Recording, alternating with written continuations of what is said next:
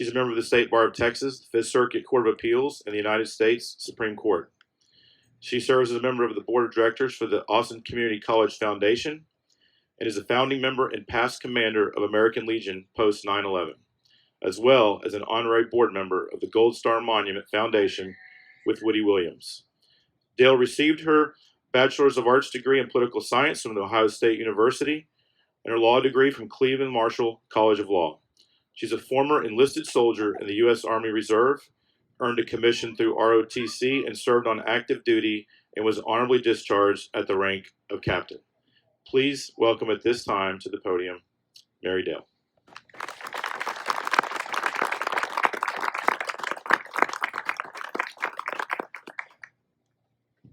You're a lot taller than me, so give me a minute.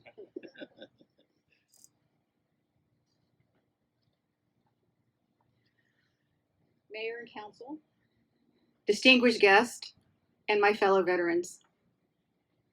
On behalf of the Veterans Commission, I welcome you to this special place. Thank you for taking the time out of your day to join together here and honor the veterans of Cedar Park, Williamson County, Texas, and our country.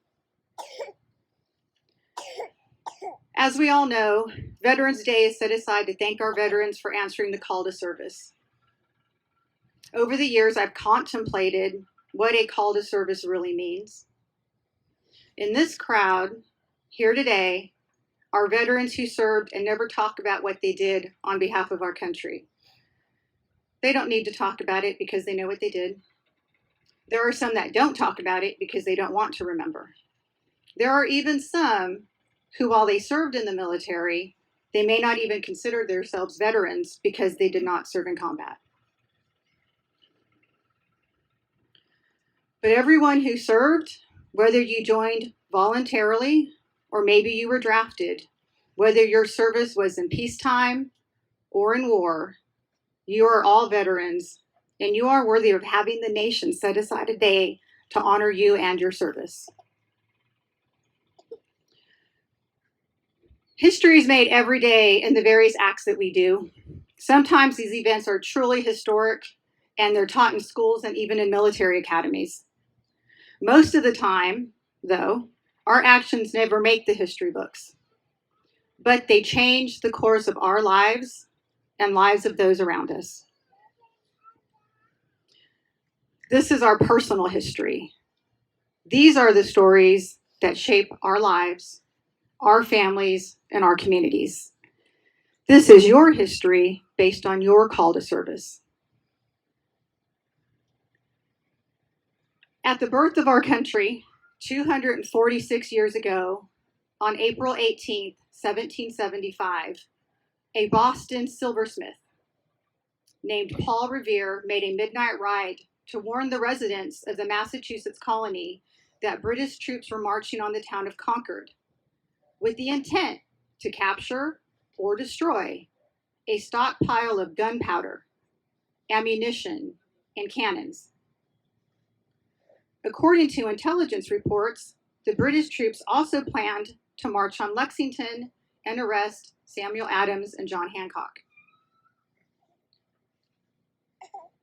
Paul Revere's famous midnight ride was not just a warning, but it was a call to arms, a call to service to defend against the advancing British. At great personal risk, Paul Revere, a member of the Sons of Liberty, evaded British warships on the water, traveled across land owned by loyalists, and accomplished his mission to rouse the Minutemen and warn Adams and Hancock. After a brief rest, he proceeded to call others to service, but he was detained by British troops. The British troops confiscated his horse, and this Boston silversmith actually walked to Lexington and became a witness to the Battle of Lexington. On April 19th, 1775, the skirmish broke out on the town green and the colonists forced the British troops to retreat. The Revolutionary War that started that day ended in 1783. but only after thousands answered the call.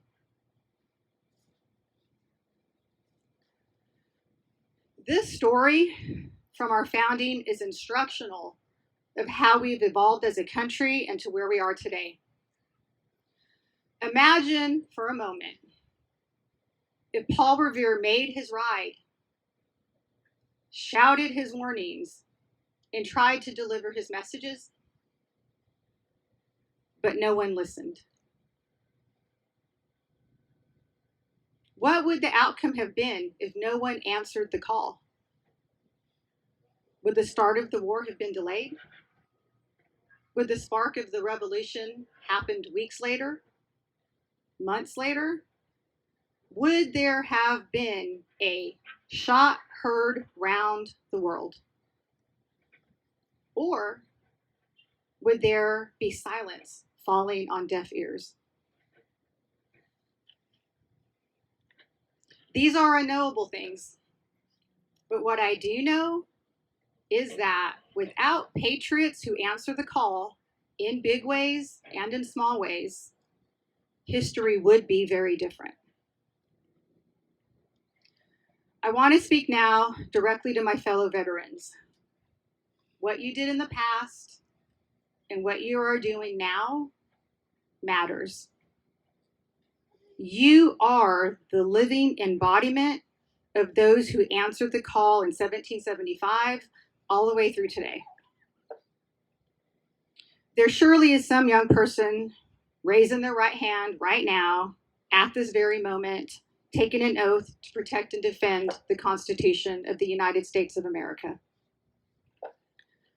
This country and our community owe you a debt of gratitude for putting your life on hold and putting others before yourself. I wish there was a way to say thank you to each of you individually and for you to know the depth of the gratitude and appreciation I have in my heart for what you have done to protect our country and our way of life. So I'm going to just right now say thank you.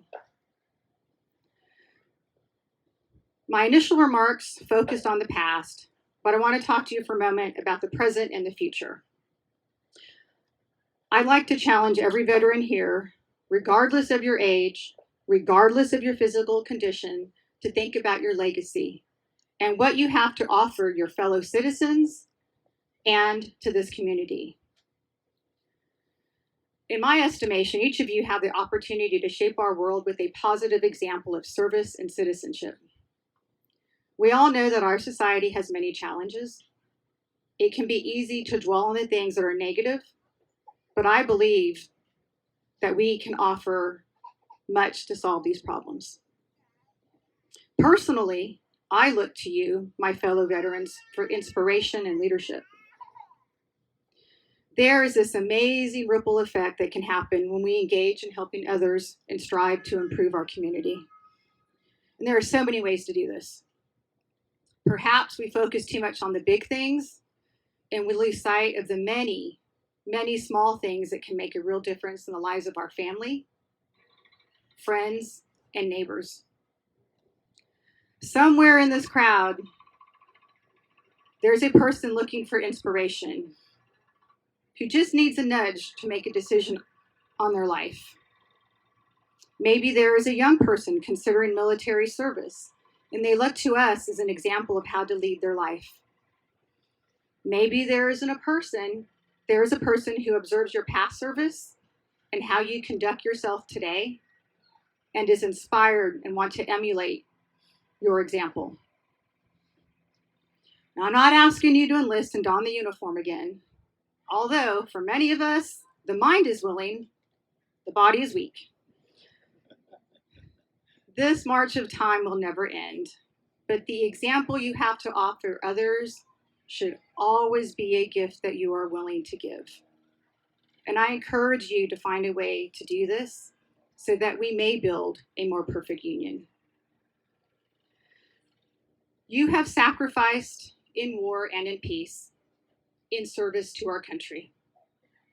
Even now, when our camouflage and khakis are hung up, when our Dixie cup hats and other mementos sit on a shelf or in a cedar chest.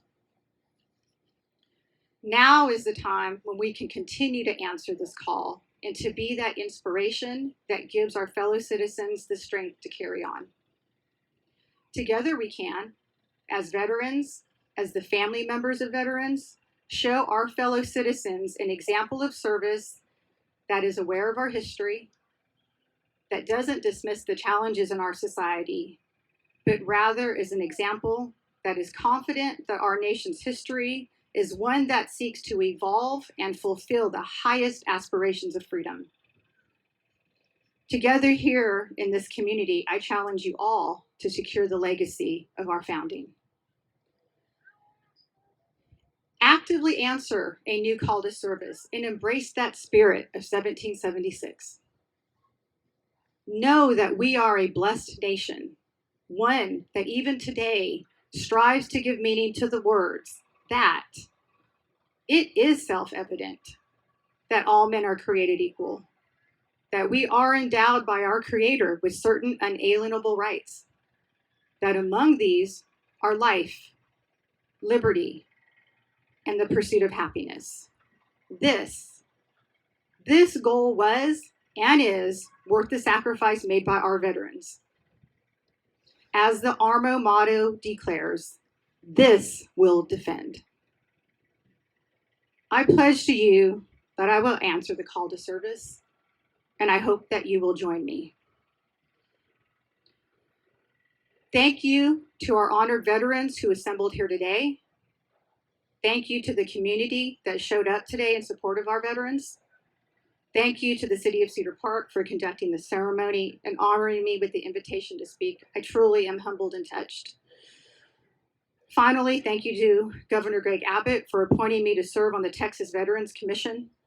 God bless you. May God bless Texas and our great United States of America.